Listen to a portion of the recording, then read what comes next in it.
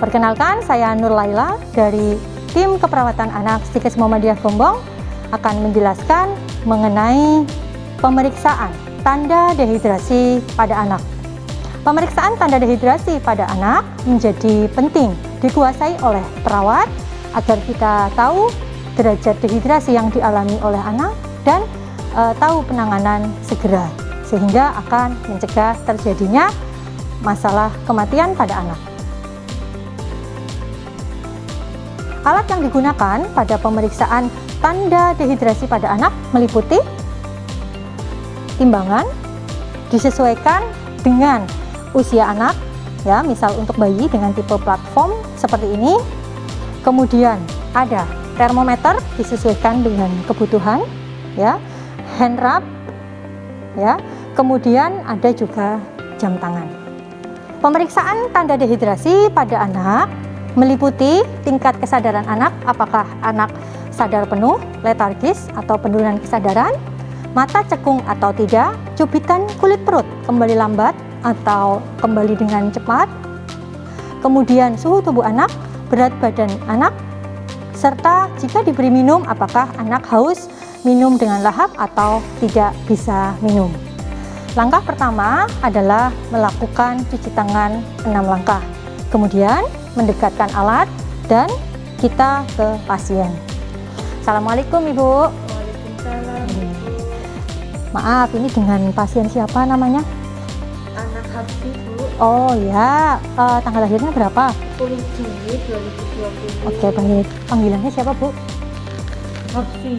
Hapsi. Oh, Mas Hapsi ya. Oh iya betul, umurnya 8 bulan ya Bu ya. Yeah.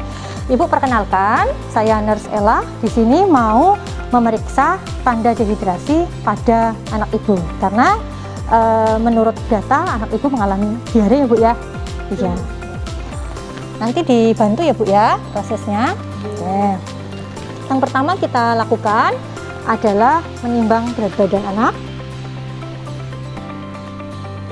Untuk menimbang berat badan, sebaiknya bajunya semuanya dibuka untuk kita bisa mengetahui berat badan yang akurat pada pasien kita.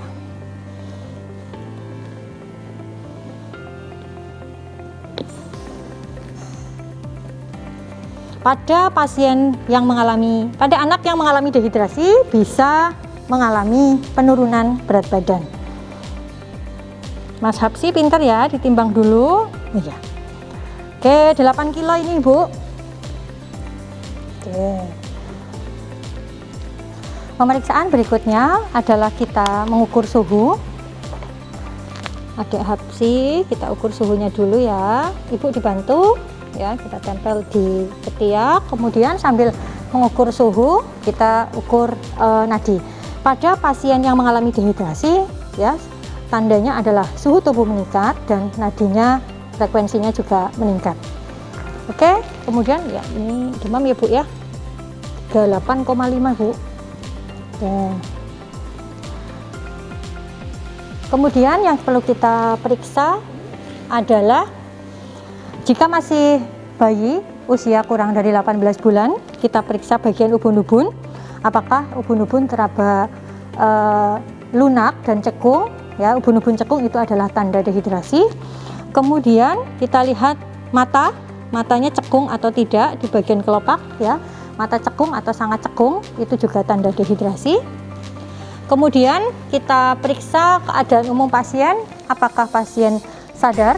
Kalau pasien sadar, rewel dan gelisah itu dehidrasi ringan sedang. Kalau pasien sudah mengalami letargis atau penurunan kesadaran itu sudah dehidrasi yang berat.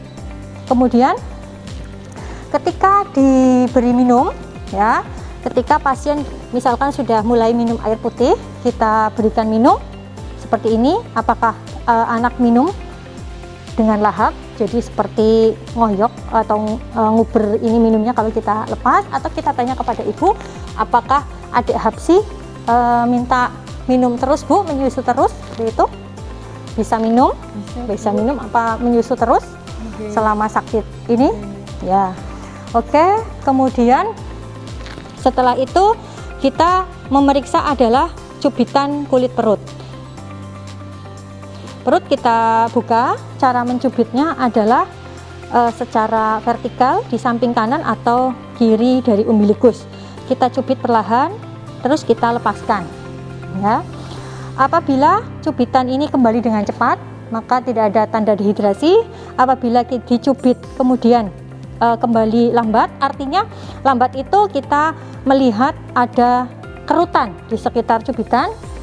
Apabila kerutan itu kembalinya lebih dari 2 detik, artinya adalah cubitan kulit perut kembali sangat lambat.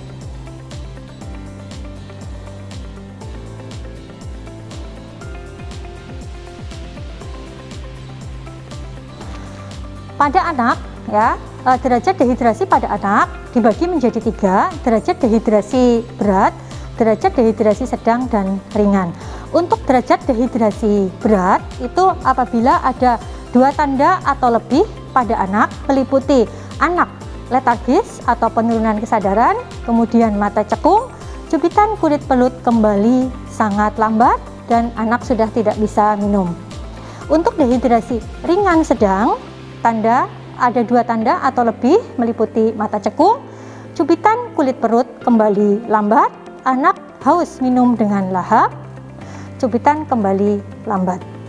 Kemudian apabila tidak ada tanda-tanda tersebut, artinya anak tidak mengalami dehidrasi.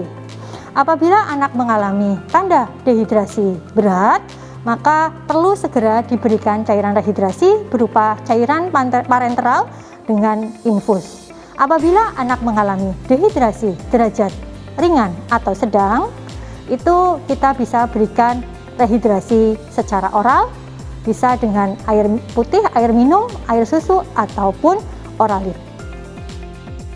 Demikian video pembelajaran pemeriksaan tanda dehidrasi pada anak. Semoga bermanfaat. Selamat belajar dengan senang hati dan sungguh-sungguh. Assalamualaikum warahmatullahi wabarakatuh.